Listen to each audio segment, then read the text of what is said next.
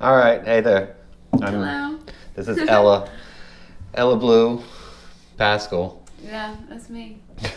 Today I'm just going to show how to, just some ideas on how to back up a songwriter on banjo when you're not doing, on 5-string banjo, when you're not just doing kind of standard bluegrass licks. So this was a tune Ella wrote for the time. For the time being, yeah. For the time being. And so the first thing you should obviously probably do is learn what chords are being played. And so for the first part of this tune, it's a G and a C chord, right? Mm-hmm. And so you know, I can just kind of play certain notes of the G and the C chord, and the biggest thing overall the whole tune though is not to get in the way of the singer and just stay behind them. That's not about you. And try to do something that fits the song. Don't just force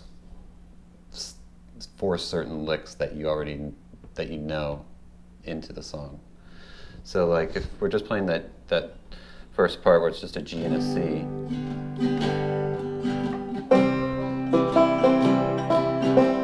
I'm basically just rolling,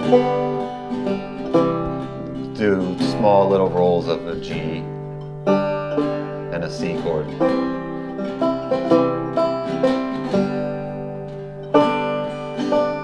I try to find something and then stick with it, though. I don't want it to be too random all the time, because it'll sound like that, like you're just kind of noodling on top of it. So kind of find a little pattern. It's not going to be a standard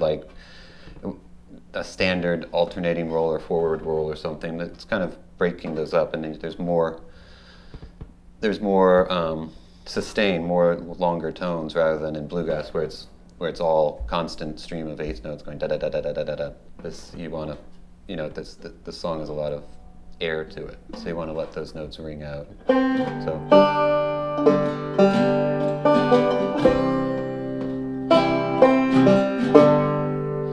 And also I hear she has a strumming pattern, chung, ka-chung, chung, ka-chung, chung, ka-chung, chung, ka-chung, chung. So it's nice to match something that fits on there, like. So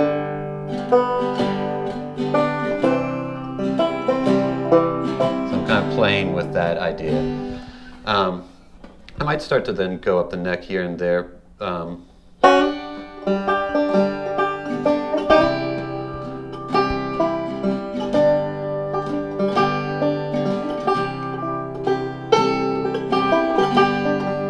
But I don't need to go too far up the neck because there's no bass player here, and so we don't have a lot of bottom end going on. If I went way up here,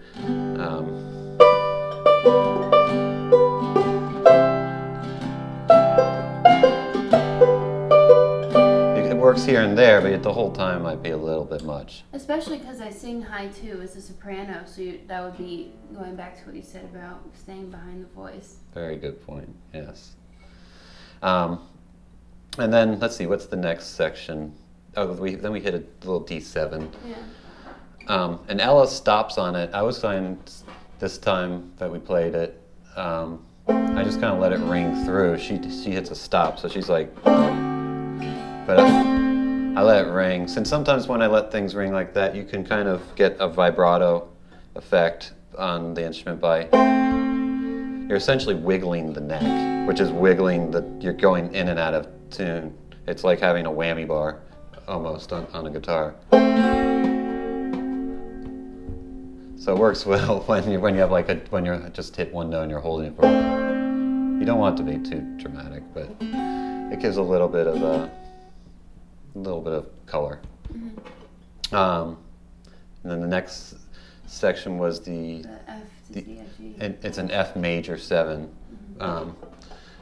So we aren't just doing an F chord. She's actually playing an F major 7. You hear that E note on the guitar she's playing. So we want to play, instead of just an F like this, I'm going to bring the first note down on the first string, down 1 fret. So that's going to have to refinger everything. But all I did was move this note to there. So I have an F, now I'm just moving this note down 1 fret, but I have to refinger the whole thing. So now I have, and it goes to C. And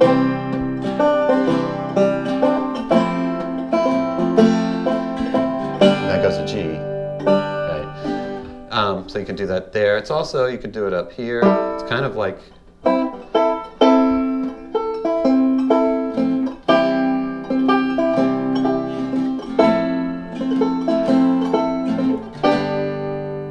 but I'd probably play it down here because, again, we don't want to get in the way of Ella's singing.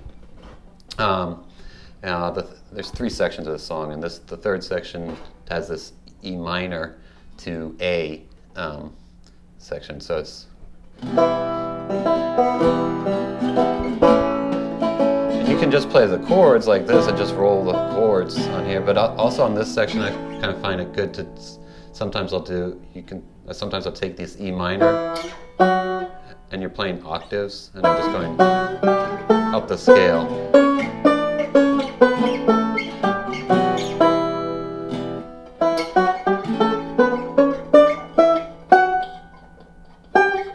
All those notes, up that E minor scale.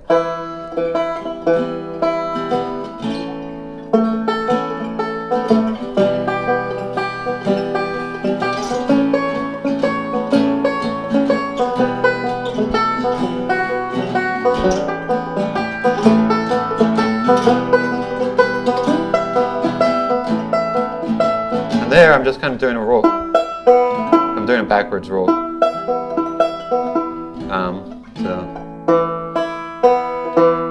I'm going thumb, middle, index, thumb. Thumb on the fourth, middle on the first, index on the second, and thumb. So so these notes will be changing to fit the E or the A chord. This B note works over both of them because the B is in the E minor chord, but it also works over the A chord because it's the ninth or the second. So if you play an A chord, see, it's not part of the chord tone, but it works and it adds color to it. So I could just roll through these three strings.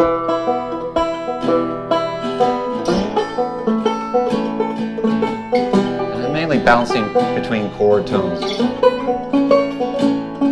And I'm looking at this, keep playing. I'm looking at the fourth string mentally. I'm saying, because the first and the fourth are the same string. So I'm really looking at these. It's just an idea that A, sometimes I'll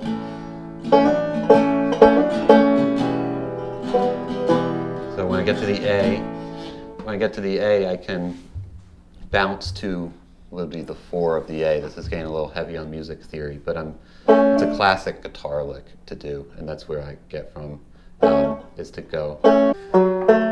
So I'm just bouncing, I have the bar chord, and then I just bounce.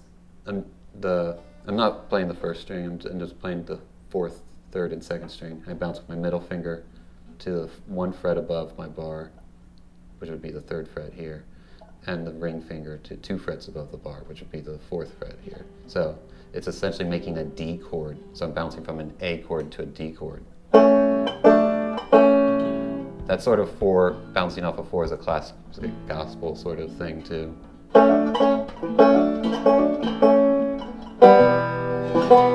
I got E minor, an A, and I bounce to the D.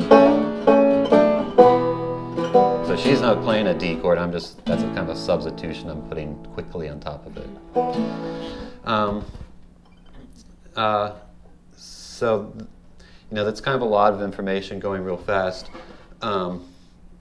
That bouncing to the 4 thing works. It works when you're playing this bar chord. It doesn't, not all situations. You kind of have to try it out and start to learn where it would work.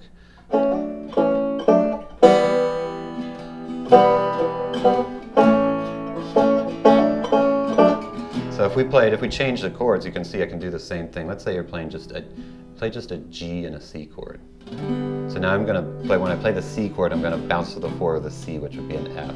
You go up the scale C, D, E, F, and we're at 4. So.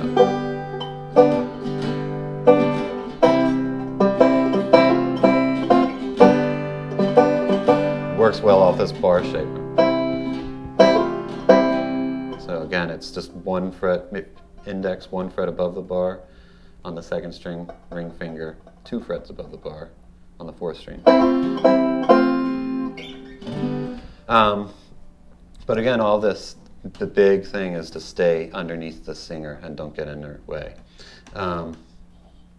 That's about it on backing up. There are a few little solo things here and there, but we won't get into it on this lesson. So again, let's just keep it simple. Find a little right-hand pattern that usually works well with the strumming of whatever this guitar player is strumming. To find something that works with that and kind of lock in with that, and find a rhythm. Like a lot of my rolls throughout this whole thing is kind of the same rhythm, just as her strumming pattern is kind of the same rhythm the whole time. Write in the comments with questions. I'm sure you'll have questions.